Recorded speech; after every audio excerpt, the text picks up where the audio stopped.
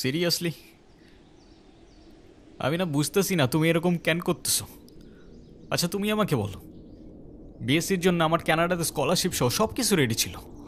তুমি বললে এখন গেলে নাকি আমি তোমাকে হারাবো, তোমাকে অন্য কোনো ছেলের সাথে বিয়ে দিয়ে দিবে। ওকে ফাইন, আমি সব কিছু ক্যান্সেল করলাম। তারপর তুমি বললা তোমার বাবা বলছে যে বেকার কোনো ছেলের সাথে বিয়ে দিবে না। আমি সব কিছু ছেড়ে আমার বাবার বিজনেসে বসা শুরু করলাম, যেটাই আমার এতটুকু ইন্টারেস্ট ছিল না। আমি আমার সব ইচ্ছা ছেড়ে তোমার জন্য পারফেক্ট হওয়ার চেষ্টা করলাম। তারপরও কিসের কমতি থেকে গেল যে তুমি আজকে এঙ্গেজমেন্ট রিংটা ফেরত দিয়ে দিচ্ছ? আরে আমাকে কারণটা তো বলো অ্যাটলিস্ট।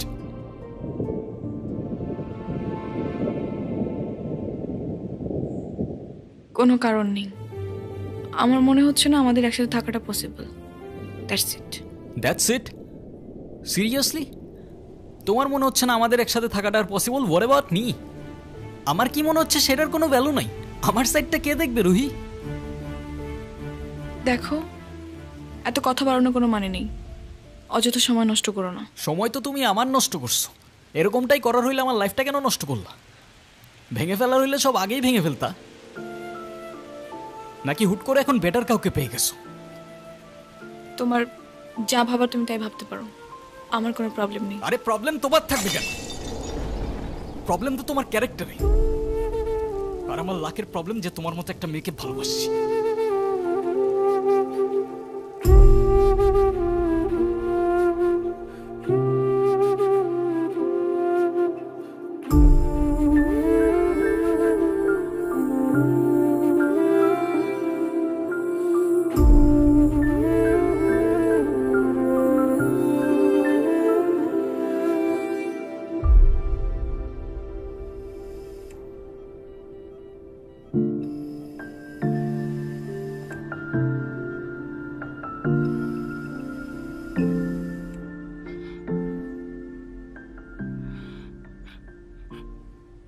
বাবা, আমরা আসলে এমন একটা পরিস্থিতির ভেতর দিয়ে যাচ্ছি, আমরা তোমাকে কিছু জানাতে পারিনি।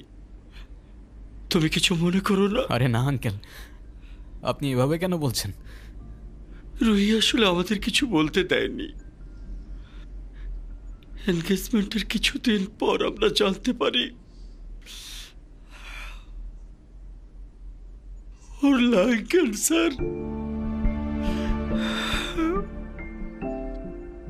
ডক্টর, আপনারা একজনের বেশি ভিতরে না যাওয়াটাই বেটার। ওর এখন কি অবস্থা? এখন ঘুমাচ্ছে।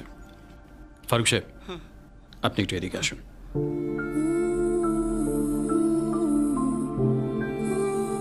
দেখুন, রুহি 4th স্টেজে আছে। রাইট নাও ক্যান্সারটা শরীরে আদার পার্টসও ছড়িয়ে পড়েছে, like brain, bones and other organs. Sorry to say, ওর হাতে আর খুব বেশি একটা সময় নেই। Excuse me.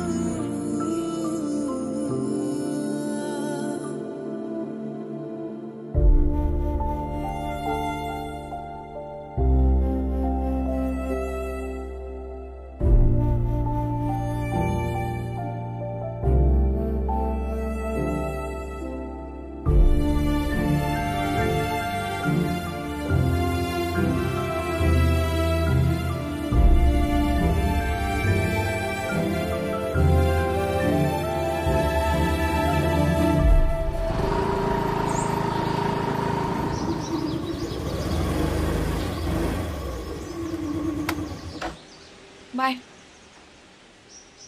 ওই হ্যাঁ, 1.5 বছর হয়ে গেছে। কিসের? প্রতিদিন তোমার এখান থেকে ভার্সিটিতে নিয়ে যাই, আবার এনে ড্রপ করি। হ্যাঁ তো। আমি কি রাইড শেয়ার করি? না। তাইলে তেলের টাকা তুমি দাও। না, কেন লাগবে? দিব। মারবো একটা। আচ্ছা তোমার কি আমার ইফোর্টসগুলো চোখে পড়ে না নাকি?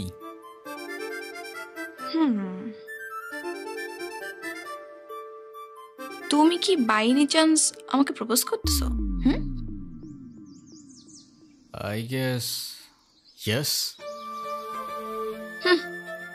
দম নাই, এভাবে কেউ প্রপোজ করে?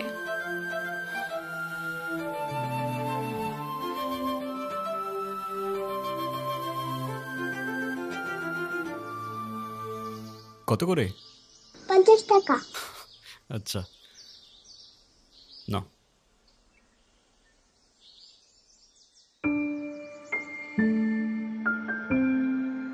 দেখো প্রপোজ করায় না তো আমার এক্সপিরিয়েন্স আছে, আর না বলতে পারি কবিদের মতো শের বা শায়েরি,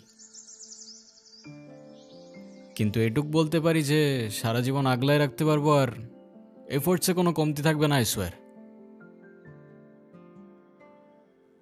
কসম কাটা ভালো না।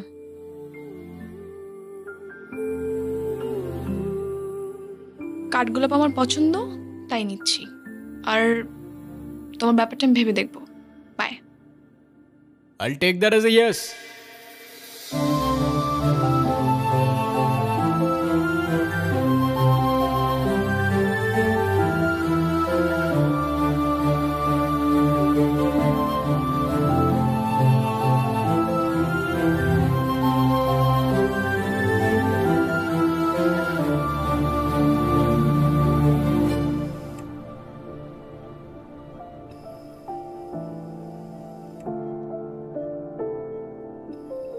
আমাকে মাফ করে দিও রুহি, আমি না বুঝেই তোমাকে অনেক কথা বলে ফেলছি। তুমি আমাকে একটাবার বলতা, এতদিনেও কি তুমি আমাকে এতটুকু চিনতে পারলা না? একটাবার বললে কি আমি তোমাকে ছেড়ে চলে যেতাম?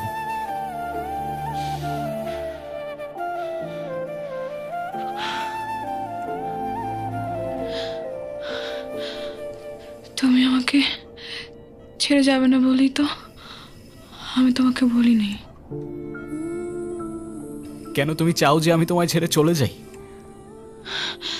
হ্যাঁ,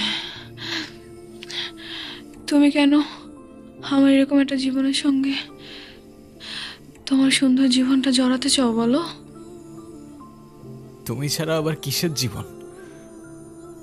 আমার জীবনটা তো ততক্ষণই সুন্দর যতক্ষণ সে জীবনে তুমি আছো।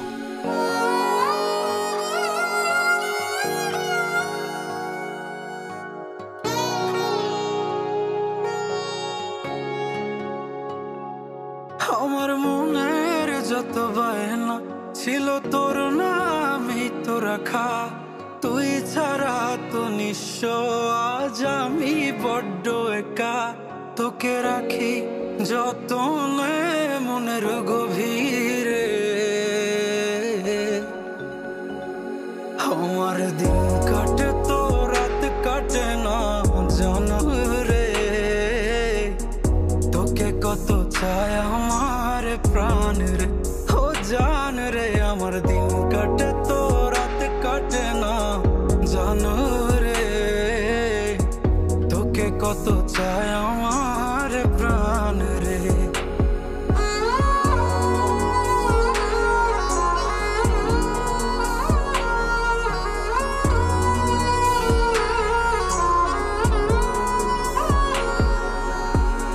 কি যে সুখ পাস রে তুই আমায় ব্যথা দিয়ে, ক্ষণে ক্ষণে যাত না দিস আধারে হারিয়ে। কি যে সুখ পাস রে তুই আমায় ব্যথা দিয়ে, ক্ষণে ক্ষণে যাত না দিস আধারে হারিয়ে। শুধু একবার এসে দেখ না মনের গভীরে,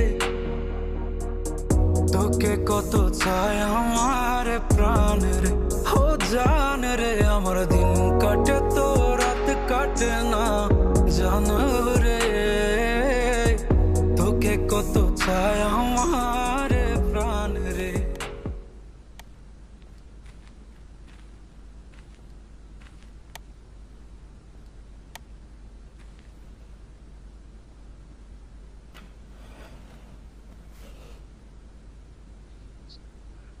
রেহান, সব জেনে শুনে এরকম করার না কোনো মানে হয় না, বুঝলি? আমি তোকে যেটা বলছি সেটা তোর ভালোর জন্য বাবা। এমন কিছু করিস না যাতে তোর জীবনটাই নষ্ট হয়ে যায়। মা, আমি ওকে ভালোবাসি, প্লিজ একটু বুঝে কথা বলো। আমি তো বুঝলাম তুই ভালোবাসিস, কিন্তু বিয়ে, ভালোবাসার জন্য নিজের ভবিষ্যৎটা নষ্ট করে দিবি? মানে মেয়েটা তো যে কোনো সময়। থামো না মা, প্লিজ। এটা তো আমার সাথেও হইতে পারতো না। আর আমার সাথে হইলে আর যাই হোক রুহি কখনো আমাকে ছেড়ে চলে যেত না। আর আমার লাইফে ওর আগে না কেউ ছিল আর না পরে কেউ থাকবে। সাব্বাস, এই না হলে আমার ছেলে। আরে বাবা, ভালো সময় কিংবা খারাপ সময় সব সময় পাশে থাকাটাই কিন্তু ভালোবাসা। রেহানা মা, রাগ করো না। আল্লাহ না করুক যদি কখনো তোমার কিছু হয়ে যায়, আমি কি তোমাকে ছেড়ে চলে যাব? না, বরঞ্চ তোমার পাশে থেকেই আমি তোমাকে সাহস যোগাবো। Proud of you.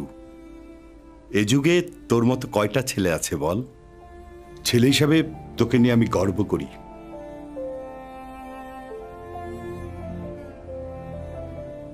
আমার কথা রাগ করিস না।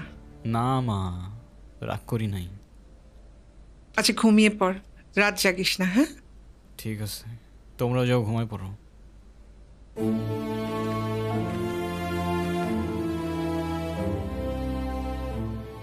কিরে বাবা, মন খারাপ? না, মন খারাপ করিস না, দেখবি সময়ের সাথে সাথে সবকিছু ঠিক হয়ে যাবে। শুয়ে পড়ায়, আমি আসি।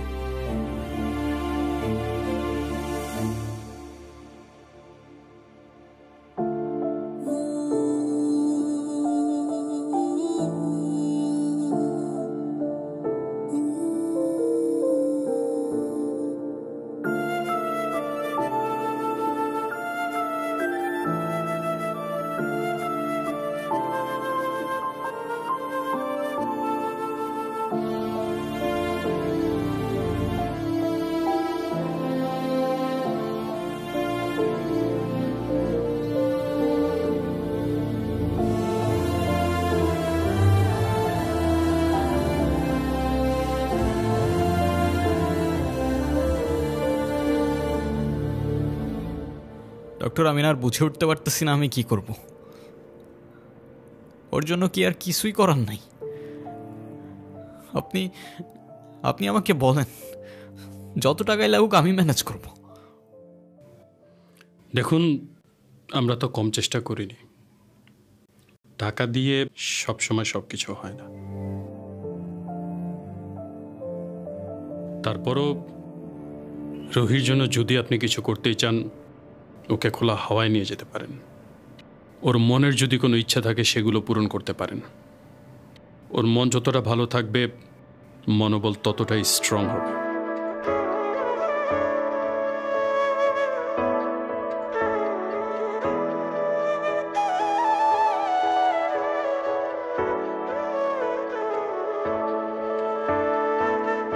তোমার মতো একটা মানুষ সবার কি আর আছে,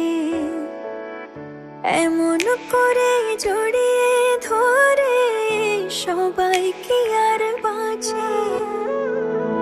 কার সুখে এক ফালি চাঁদ রোদের বুকে হাসে, জোছনা রাতে রূপসাগরে এমন করে ভাসে। তোমার মতো মানুষ একটা হারায় গেলে কোথায় পাই, মনের মতো ছেলে তুমি, তোমার মতো কেউ নাই।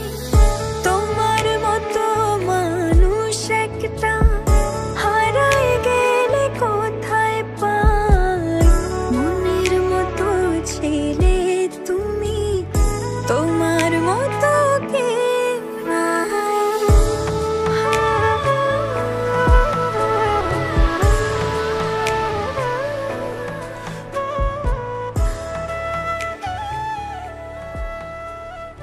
অযথা এসব কেন করছো রেহান? অযথা করছি? অযথা নয়তো কি, আমি আর কদিনই বা বাঁচবো? আমরা কে, কতদিন আর কতক্ষণ বাঁচব সেটা কি আসলেই আমরা জানি রহি? হিসেব করে লাভ কি বলো? যতক্ষণ নিঃশ্বাস আছে ততক্ষণ না হয় সেই মুহূর্তগুলোকে ঘিরেই বেঁচে থাকি। আজকে আছি, কালকে তো নাও থাকতে পারি, বলো? শুধু শুধু মায়াটা কেন বাড়াচ্ছ? মায়া বাড়ালে যে কষ্টটাও বাড়ে। তাহলে তো খুব চিন্তার বিষয়। দাঁড়াও, এক্ষুনি তোমার মন ভালো করে দিচ্ছি।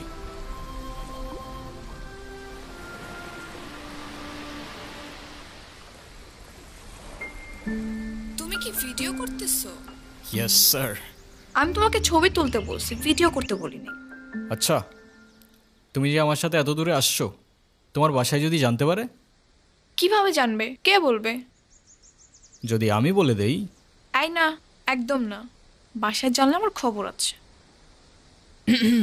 ওকে, তো ফিউচার রুহিকে তোমার কিছু ইচ্ছার কথা বলো, তাই ও দেখে নিতে পারবে যে তোমার ইচ্ছাগুলো আদৌ পূরণ হইল কি না। ইচ্ছে? আমি তো সেভাবে কোনো ইচ্ছে ভাবিনি। তো এখন ভেবে বলো।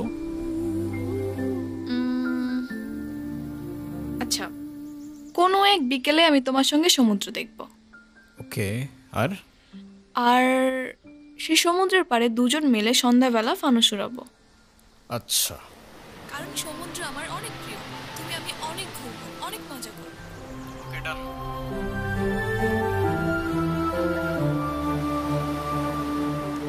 এই নাও তোমার বিকেল, আর ওই যে রইল তোমার সমুদ্র।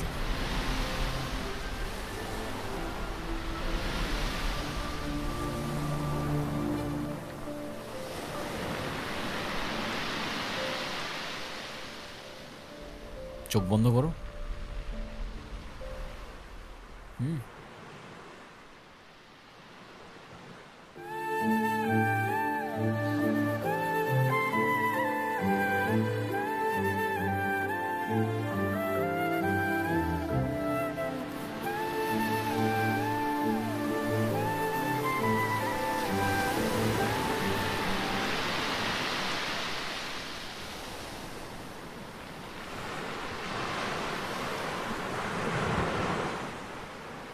কি? তো বলো, আর কি বাকি রইল? আর কিছু বাকি নেই। Wrong answer. আছে তো। তো ফিউচার রুহিকে জানানোর মতো আর কোনো ইচ্ছে? না, আর তো তেমন কিছু মনে পড়ছে না। বুঝছো, যেটুক চাবা ওইটুকুই কিন্তু পাবা। পরের বার বললো না আমি জিজ্ঞাসা করি নাই। আচ্ছা ওয়েট, আমরা ফানুস উড়ানোর পর ক্যান্ডেল নাইট ডিনার করব। সাথে থাকবে সমুদ্রের ঢেউ, আর বাতাসে থাকবে কাঠগোলাপের সুবাস। কেমন হবে? নিজের দোষে নিজেই ফাঁসলাম মনে হচ্ছে। আচ্ছা, তো ফিউচার রুহি শুনতে পাচ্ছ? তোমার ইচ্ছাগুলো পূরণ হইল কিনা আমাদের জানিও কিন্তু।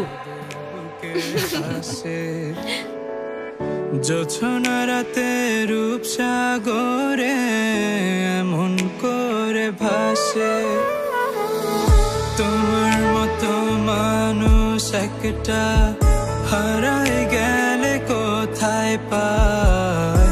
মনের মতো ছিলে তুমি, তোমার মতো কেউ নাই।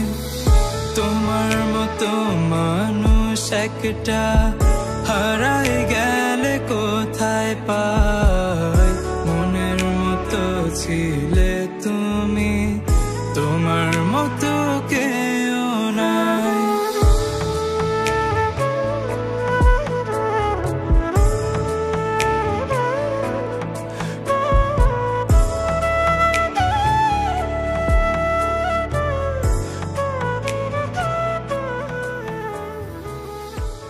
একটাই তো মন আমার, আর কতবার জিতবা?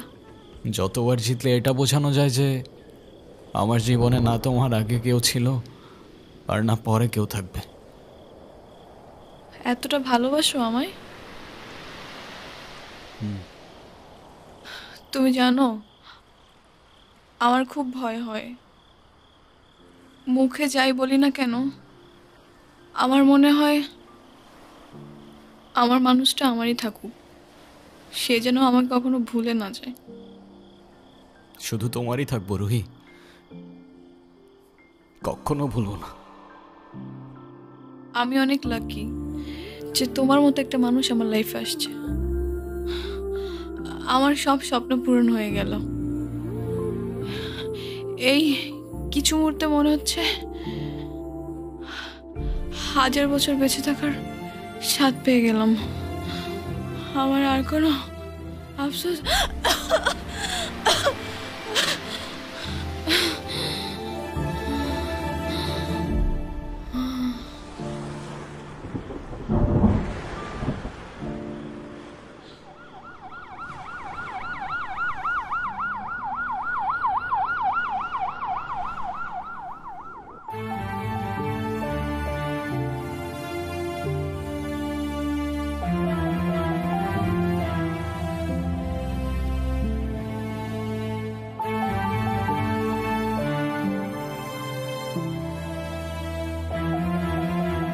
ডক্টর, ওর কি অবস্থা এখন? আপনাকে ডাকছে।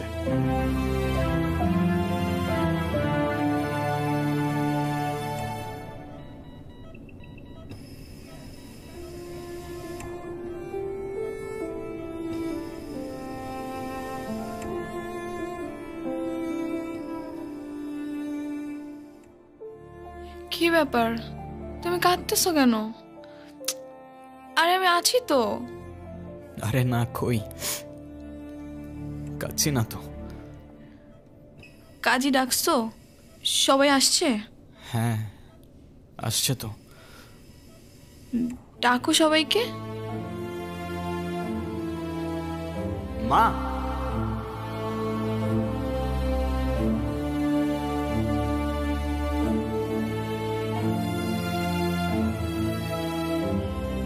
মা আমার কাছে বসো। বাবা মা, আমার কাছে আসো, বসো।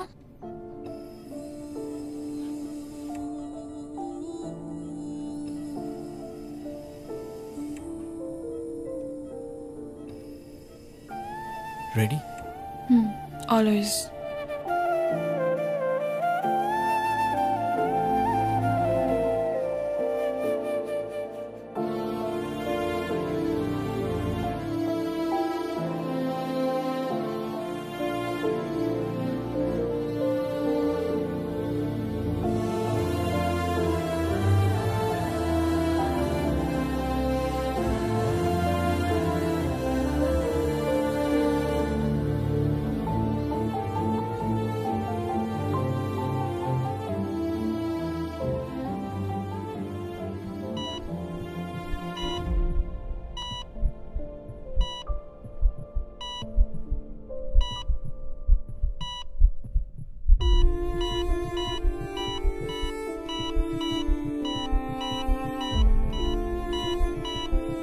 রুহি,